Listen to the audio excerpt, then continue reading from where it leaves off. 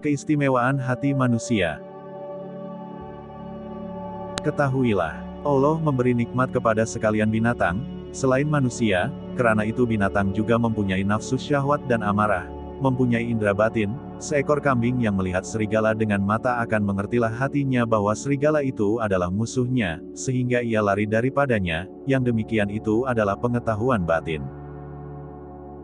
Di sini saya hendak menyebutkan hal-hal istimewa mengenai hati manusia, yang dengannya manusia dapat memperoleh kehormatan yang besar dan memperoleh hak untuk mendekat kepada Allah Ta'ala. Untuk itu mari kita kembali kepada dua masalah, yaitu ilmu dan irodah kemahuan.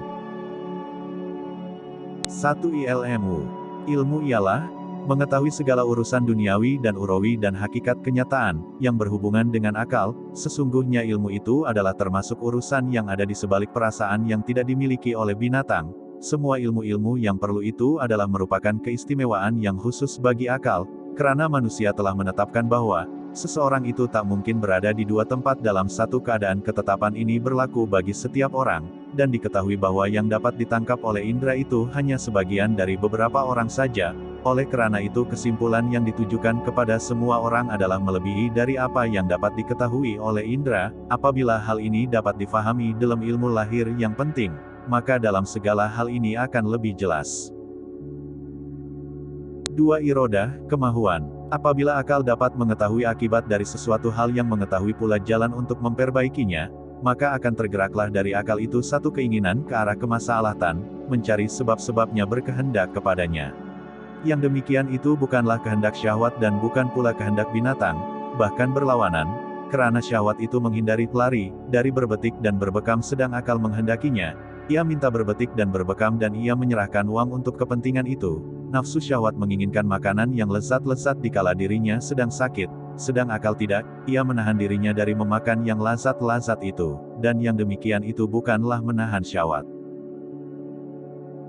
Allah menjadikan akal yang dapat mengetahui akibat dari segala urusan itu andaikan tidak disertai dengan menjadikan suatu daya pendorong yang dapat menggerakkan semua anggota badan sepanjang keputusan akal, maka akan sia-sialah apa yang telah menjadi keputusan akal tersebut. Oleh karena itu hati manusia diistimewakan dengan adanya ilmu dan irodah kemahuan, yang kedua-duanya tidak terdapat dalam sekalian binatang dan juga tidak terdapat pada anak di permulaan fitrahnya, baru terdapat apabila anak tadi menginjak dewasa. Adapun syahwat, amarah, indera lahir dan batin, maka itu semua sudah terdapat pada diri anak-anak.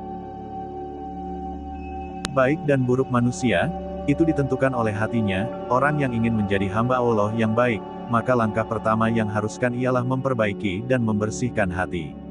Orang tidak mungkin dapat memperbaiki hati, apabila ia tidak mengerti dan tidak mengenal hati itu. Karena itu pengetahuan tentang hati dan hakikat sifat-sifatnya, merupakan pokok ajaran agama dan menjadi dasar bagi orang-orang yang menuju kepada Tuhan. Nabi Shallallahu Alaihi Wasallam bersabda, jauhilah sifat dengki karena dengki itu memakan segala kebajikan seperti halnya api memakan kayu bakar. Nabi Shallallahu Alaihi Wasallam bersabda, ucapkanlah kepada manusia kata-kata yang baik, niscaya engkau beroleh bahagia pada hari kiamat. Ahli fikir Islam berkata, kalau orang menghina kita, bukan kita terhina, yang sebenarnya orang itu telah menghinakan dirinya sendiri. Wassalam.